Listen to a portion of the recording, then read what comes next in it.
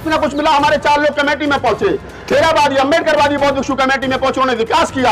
और इस बार आंदोलन में यह हुआ कि आपसी में लड़ने के बाद में हमारे ऊपर मुकदमे हुए, एक बौद्ध भिक्षु विनयाचार्य जी जेल गए। हमारे उसी मेन टेंपल में जो हमारी आस्था हमारी श्रद्धा का केंद्र है, वहां पर जाकर के कुछ लोगों ने, कुछ मनुवादी लोगों ने जय श्री राम के नारे लगाए। संख्या हजारों में नहीं लाखों में होनी चाहिए। वर्तमान सरकार जो विदेश के अंदर जाकर के कहती है कि हम तो बुद्ध की धरती से आए, हमने दुनिया को बुद्ध दिया है, हमने युद्ध नहीं दिया, उसी सरकार ने भारत में बुद्ध के खिलाफ युद्ध छेड़ रखा है। बात बौद्ध भिक्षु आरएसएस की गोद में बैठ करके बुद्ध और राम की बात कर रहे हैं, उनको कम से कम बाबा साहब डॉक्टर अम्बेडकर की 22 प्रतिज्ञा पढ़ लेनी चाहिए कि देश के अंदर अगर बुद्धवाद जिंदा है तो अम्बेडकरवाद की वजह से जिंदा है। बुद्ध और अम्बेडकर एक सिक्के के 2 पहलू हैं। अम्बेडकर को अलग करके हम बुद्ध को जिंदा नहीं रख सकते। और ये जितने जोर से जय भीम का नारा लगा रहे हैं और जितने जोर से जय श्री राम का नारा लगा रहे हैं, ये दोनों एक ही बीच पर बैटिंग कर रहे हैं। ना तो उनके पास में वैचार की ज्ञान है, ना इनके पास में वैचार की ज्ञान है। ये दोनों आरएसएस की गोद में खेल रहे हैं, ध्यान रखना।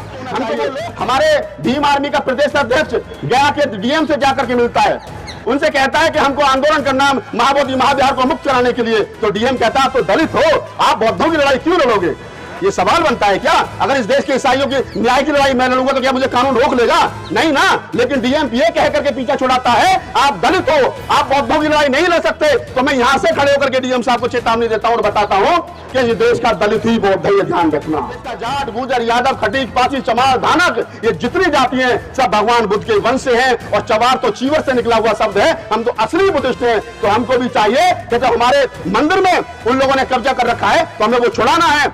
और एक बड़ी बात कहकर के अपनी बात खत्म करता हूं। जो लोग ये कहते हैं कि भगवान बुद्ध तो विष्णु के अवतार थे, तो मेरी उनसे अपील है हाथ जोड़ करके कि आपको चाहिए कि विष्णु के देश के अंदर जितने मंदिर हैं वहां भगवान बुद्ध की मूर्ति लगाओ और पुजारी बौद्ध भिक्षु होना चाहिए। हमारी मांग है, ये हमारी।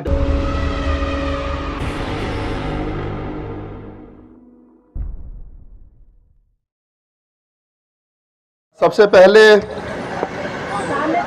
इस प्रोग्राम के आयोजक भिक्षुगण, उपासकगण, हमारे साथी सभी का साधुवाद। विषय जो है वो बड़ा गंभीर है।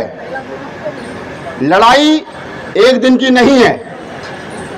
लड़ाई 1920 से शुरू होकर के और हम 2025 में उस लड़ाई को लड़ रहे हैं। अगर मैं ये कहूं कि 1920 से लेकर के और अब तक लगभग 105 वर्ष के इस आंदोलन में कई पीढ़ियां खपी हैं, कई पीढ़ियां लड़ाई लड़ते लड़ते चली गई। उसके बावजूद भी इस 105 वर्ष के आंदोलन में बौद्ध गया को मुक्त कराने के लिए इस आंदोलन में क्या हमको मिला और जो हमको चाहिए था, हम आज भी उसकी लड़ाई जो है वो लड़ रहे हैं। वर्तमान में आंदोलन देश भर में चल रहा है। आपकी संख्या कम है, ज्यादा है, हजारों में है, लाखों में है, ये मायने नहीं रखता। मायने ये रखता है कि आप जो जिस नियत के साथ यहां बैठे हो, आपकी चाहत, आपकी इच्छा इस आंदोलन को आगे लेकर के जाएगी।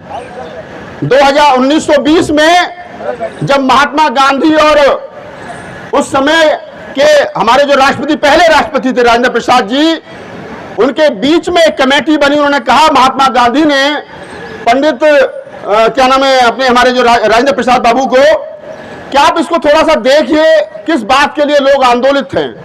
तो एक कमेटी बनी और उस कमेटी में उस समय एक डिसीजन लिया गया था कि यहां पर इसका पूजा वंदना तो कोई भी कर सकता है, लेकिन ये जो मंदिर है ये बुद्धिस्ट टेंपल है तो बुद्धिस्टों के लिए रहेगा।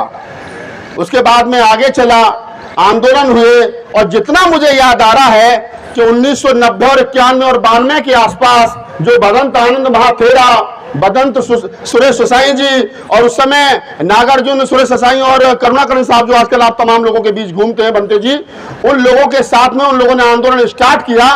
देश इकट्ठा हुआ महाबोधि महाविहार को कहीं ना कहीं आजाद कराने के लिए और उसका परिणाम भी आया, उसका रिजल्ट भी आया।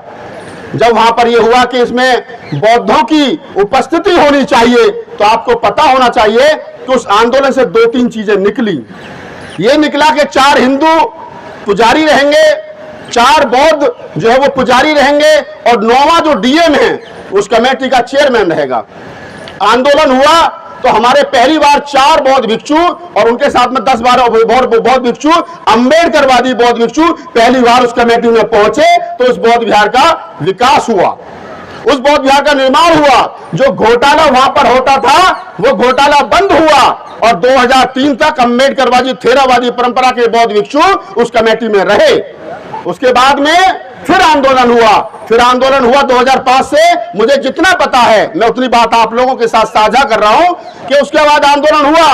मंच पर एक बौद्ध भिक्षु हमारे बीच बैठे हैं, भिक्षु बीपी थिरो ज्योति जी, जिनको मुझे खूब याद है 2015 में यही आंदोलन हुआ था और लाखों की संख्या में लोग आए थे महाबोधि महाविहार को आंदोलन कराने के लिए। मैं भी उस आंदोलन का हिस्सा था। पिछले आंदोलनों में जितनी बार भी आंदोलन हुआ, 2 बार आंदोलन हुआ, 3 बार हुआ, 4 बार आंदोलन हुआ, कम से कम सरकारों को बाध्य किया गया। मैं आज भी जब पुराने आंदोलनों की फोटो देखता हूं, मैं देखता हूं कि भदंत आनंद महाथेरा जी सोनिया जी से मिल रहे हैं, भदंत आनंद महाथेरा जी के साथ में भिक्षु बीपी थिरो ज्योति जी वो तमाम मनमोहन सिंह जी से मिल रहे हैं, सरकार से मिल रहे हैं, बात कर रहे हैं, क्योंकि लड़ाई सरकार से है। सरकार ने कानून बना रखा है और उस कानून को निरस्त कराना है। तो ये पिछले आंदोलन की खूबियां रही हैं कि भदंत आनंद के नेतृत्व में, सुरेश ससाई के नेतृत्व में, करुणाकर जी के नेतृत्व में और बीपी थिरो जी के क्या नाम है नेतृत्व में आंदोलन लड़ा गया, आंदोलन किया गया और उसकी ये खूबसूरती रही कि कुछ ना कुछ उस आंदोलन से मिला। मैं मानता हूं कि पूर्णतः बुद्ध विहार हमको नहीं मिला, लेकिन फिर भी कुछ ना कुछ वहां पर हमको मिला। लेकिन मैं सोचता हूं कि अभी जो आंदोलन हुए पिछली बार, चाहे वो आकाश लामा जी के नेतृत्व में हुए, चाहे अन्य बौद्ध भिक्षुओं के नेतृत्व में हुए, उस आंदोलन से हमको मिला क्या?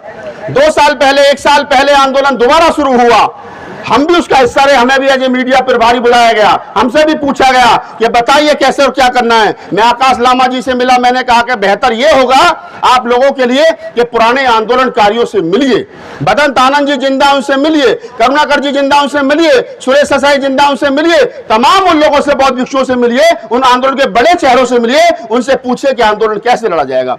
क्या कम्युनिकेशन गैप रहा मुझे नहीं पता, क्यों नहीं मिले वो भंते बीपी थिरो ज्योति से मुझे नहीं पता, लेकिन मुझे पता इतना जरूर है कि अगर वो लोग, आकाश लामा जी जो बौद्ध भिक्षु नहीं है, उपासक है, ये बात अलग है कि वो पैंट के ऊपर हल्का सा चीबर जैसा रंग का कपड़ा पहन करके रहते हैं और लोग उनको कई बार बौद्ध भिक्षु भी समझ के नमन भी कर लेते और उसका विरोध भी नहीं करते कि मैं बौद्ध भिक्षु नहीं, जबकि उनको करना चाहिए कि मैं बौद्ध भिक्षु नहीं हूं। उसके बावजूद भी वो क्यों नहीं मिले, कैसे नहीं मिले, मुझे नहीं पता, लेकिन मैं इतना कह सकता हूं कि इस जो आंदोलन वर्तमान में चल रहा है वो टुकड़ों में चल रहा है और खास तौर से जिस प्रकार से गया के अंदर आंदोलन को खदेड़ा गया वो दुखद है। आज तक 1920 से लेकर के और 2015-16 तक जब तक आंदोलन भदंत आनंद महाथेरा, करुणाकर और सुरेश ससाई और बीपी थिरो ज्योति जी के नेतृत्व में चला, तब तक आंदोलन की पुलिस की हिम्मत नहीं हुई कि कभी आंदोलनकारियों को खदेड़ दिया जाए। लेकिन इस बार क्या गलती हुई, ये विचारणीय प्रश्न है। क्या कहां कमी रह गई, क्यों पुराने आंदोलनकारियों से नए आंदोलनकारियों ने बातचीत करने में अपनी बेइज्जती महसूस की, क्या कारण, क्या वजह रहा है, इस पर चर्चा करनी चाहिए ओपन मंच पर, जैसे भी हो सके वो कमियां दूर करनी चाहिए। आखिरकार आपको गया पुलिस इतनी बहादुर हो गई, नीतीश सरकार इतनी बहादुर हो गई कि वो हमारे आंदोलनकारियों को खदेड़ देती है, हमारी महिलाओं के बाल नोचती है। और तो और इस आंदोलन की एक उपलब्धि जरूर बता देता हूं मैं आपको, मेरी बात बुरी लगेगी, मैं बता देता हूं कि पहली बार बोध गया के अंदर, बोध गया के मेन टेंपल में जय श्री राम के नारे लगे जो आज तक नहीं लगे। तो ये दुखद है और इसके लिए हमको लड़ना पड़ेगा, इसके लिए हमें संघर्ष करना पड़ेगा। पुराने जितने आंदोलन हुए हमको कहीं ना कहीं कुछ ना कुछ मिला। हमारे 4 लोग कमेटी में पहुंचे, थेरावादी अंबेडकरवादी बौद्ध भिक्षु कमेटी में पहुंचे, उन्होंने विकास किया और इस बार आंदोलन में यह हुआ कि आपसी में लड़ने के बाद में हमारे ऊपर मुकदमे हुए, एक बौद्ध भिक्षु विनयाचार्य जी जेल गए, हमारे उसी मेन टेंपल में जो हमारी आस्था, हमारी श्रद्धा का केंद्र है, वहां पर जाकर के कुछ लोगों ने, कुछ मनुवादी लोगों ने जय श्री राम के नारे लगाए। ये इस आंदोलन की उपलब्धि हो सकती है, लेकिन मैं फिर कह रहा हूं कि आंदोलनकारियों को चाहिए, चाहे तो ये वाला पक्ष हो चाहे वो वाला पक्ष हो, भदंत आनंद महाथेरा, भदंत करुणाकर और तमाम वो पुराने आंदोलन के जो जिम्मेदार लोग थे, जिम्मेदार बौद्ध भिक्षु हैं, उनके साथ बैठकर के डिस्कस करना चाहिए और डिस्कस करके इस आंदोलन को कैसे गंभीरता से, जिम्मेदारी से लड़ा जाएगा। मैं चाहता हूं कि इस आंदोलन से देश का वो प्रत्येक व्यक्ति जुड़े जो बाबा साहब डॉक्टर अंबेडकर और फूले कबीर नानक रैदास के आंदोलन से जुड़ा है। जब वो व्यक्ति जुड़ेगा, इस आंदोलन को अपना समझेगा या आएगा तो निसंकोच रूप से मैं कह सकता हूं कि यह आंदोलन बड़ा बढ़ेगा। यह संख्या हजारों में नहीं लाखों में होनी चाहिए। वर्तमान सरकार जो विदेश के अंदर जाकर के कहती है कि हम तो बुद्ध की धरती से आए, हमने दुनिया को बुद्ध दिया है, हमने युद्ध नहीं दिया, उसी सरकार ने भारत में बुद्ध के खिलाफ युद्ध छेड़ रखा है। ये बात हमको समझनी पड़ेगी। और यहाँ के बौद्ध भिक्षुओं को भी चाहिए, जो बौद्ध भिक्षु आरएसएस की गोद में बैठ करके बुद्ध और राम की बात कर रहे हैं, उनको कम से कम बाबा साहब डॉक्टर अम्बेडकर की 22 प्रतिज्ञा पढ़ लेनी चाहिए कि देश के अंदर अगर बुद्धवाद जिंदा है तो वो अम्बेडकरवाद की वजह से जिंदा है। बुद्ध और अम्बेडकर एक सिक्के के दो पहलू हैं। अम्बेडकर को अलग करके हम बुद्ध को जिंदा नहीं रख सकते, और जो लोग अम्बेडकर को अलग करके बुद्ध को जिंदा रखना चाहते हैं उनको खास चेतावनी है। मैं एक बात और कह रहा हूं, इस देश के अंदर दो तरीके की विचारधारा रन कर रही है। पहली विचारधारा समझ लेना, मोटा मोटी बता रहा हूं, नहीं तो डिटेल में जाऊंगा तो लंबा हो जाएगा भाषण। इस देश के अंदर ये जितने जोर से जय भीम का नारा लगा रहे हैं और जितने जोर से जय श्री राम का नारा लगा रहे हैं, ये दोनों एक ही पिच पर बैटिंग कर रहे हैं। ना तो उनके पास में वैचार की ज्ञान है, ना इनके पास में वैचार की ज्ञान है। ये दोनों आरएसएस की गोद में खेल रहे हैं, ध्यान रखना। हमको वो लोग चाहिए जो आंदोलन को पवित्रता के साथ आगे बढ़ा सकें। हमको वो लोग चाहिए जो हमारा एक ध्येय है, इस देश के अम्बेडकरवादी बुद्धिस्टों का, कबीर पंथियों का, नानक पंथियों का, रैदास पंथियों का, उन तमाम लोगों का जिन्होंने इस देश में समता, बंधुता, न्याय की बात की, उन लोगों का एक ध्येय है कि महाबोधि महाविहार जो है वो मुक्त होना चाहिए। हमारे भीम आर्मी का प्रदेश अध्यक्ष गया के डीएम से जाकर के मिलता है, उनसे कहता है कि हमको आंदोलन करना महाबोधि महाविहार को मुक्त कराने के लिए। तो डीएम कहता है आप तो दलित हो, आप बौद्धों की लड़ाई क्यों लड़ोगे? ये सवाल बनता है क्या? अगर इस देश के ईसाइयों की न्याय की लड़ाई मैं लड़ूंगा तो क्या मुझे कानून रोक लेगा? नहीं ना। लेकिन डीएम ये कह करके पीछा छुड़ाता है आप दलित हो, आप बौद्धों की लड़ाई नहीं लड़ सकते। तो मैं यहां से खड़े होकर के डीएम साहब को चेतावनी देता हूं और बताता हूं कि इस देश का दलित ही बौद्ध है, ये ध्यान रखना। इस देश का जो दलित है ना वही बौद्ध है, इस देश का ओबीसी बौद्ध है। ब्राह्मण, क्षत्रिय, वैश्य, इन तीन जो जाति और वर्ण है, इनको छोड़ करके जो 85% अवाम है वही बौद्ध है। और उन बौद्धों से टकराने की कोशिश मत करो। हमारी भी जिम्मेदारी बनती है कि हम उन लोगों के बीच में जाएं और उनको तैयार करें कि इस देश का जाट, गुजर, यादव, खटीक, पासी, चमार, धानक, ये जितनी जाति हैं सब भगवान बुद्ध के वंश से हैं। और चवार तो चीवर से निकला हुआ शब्द है, हम तो असली बुद्धिस्ट हैं। तो हमको भी चाहिए कि जब हमारे मंदिर में उन लोगों ने कब्जा कर रखा है तो हमें वो छुड़ाना है। और एक बड़ी बात कह करके अपनी बात खत्म करता हूं। जो लोग ये कहते हैं कि भगवान बुद्ध तो विष्णु के अवतार थे, तो मेरी उनसे अपील है हाथ जोड़ करके कि आपको चाहिए कि विष्णु के देश के अंदर जितने मंदिर हैं वहां भगवान बुद्ध की मूर्ति लगाओ और पुजारी बौद्ध भिक्षु होना चाहिए। हमारी मांग है, ये हमारी डिमांड है। क्या हिंदू ऐसा करेंगे?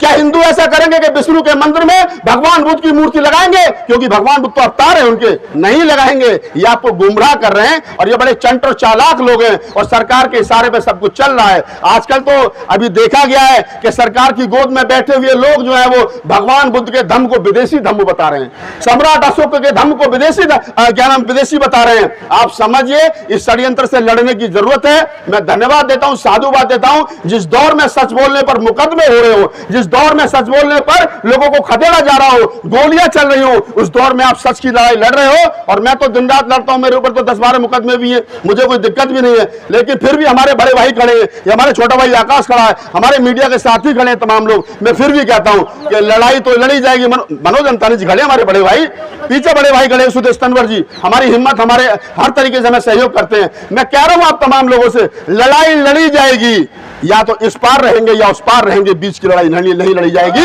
ये जो बीच की लड़ाई लड़ने वाले लोग हैं इनसे सावधान रहने की जरूरत है। और मैं अंत में गुजारिश आप लोगों से कर देता हूं, मंच आप यहां लगाइए, गया में लगाइए, दिल्ली में लगाइए, कहीं भी लगाइए, कम से कम एक बात जरूर ध्यान रखना कि आपके बीच में कोई ऐसा आदमी ना आ जाए कि मंच पर तो लंबी लंबी बात करता हो और घर में चिड़ियाघर बना रखा हो। ऐसे लोगों से सावधान रहने की जरूरत है। ये आधे अम्बेडकरवादी और आधे क्या नाम है हिंदूवादी, आधे दूसरेवादी, इनसे सावधान रहिए। यह पवित्र मंच है, बाबा साहब डॉक्टर अम्बेडकर की 22 प्रतिज्ञाओं से पवित्र मंच है। इस मंच पर वही आदमी आना चाहिए जो डॉक्टर अम्बेडकर की 22 प्रतिज्ञा और बुद्ध के 5 सील का पालन करता हो। और अगर नहीं है तो उसका बैन होना चाहिए, उसका बहिष्कार होना चाहिए। वो कितना ही पैसा चाहिए, नहीं चाहिए हमें ऐसा पैसा जो आरएसएस और बीजेपी के बैंकों से होकर के हमारे मंचों तक पहुंचता हो। आपने मेरी बात को सुना, मैं बहुत बहुत आभार, बहुत बहुत धन्यवाद। आप तमाम लोग इस आंदोलन से जुड़िए, इस आंदोलन को बढ़ाइए। हमारे बीच हमारे छोटे भाई कुमार आकाश हैं, बड़े अच्छे शायर हैं, कवि हैं और हमारे शिष्य भी हैं। हैं। मैं चाहूंगा कि 2 मिनट वो भी अपनी बात रखेंगे। तो बहुत बहुत आभार और खास तौर से बंते जी के लिए आभार।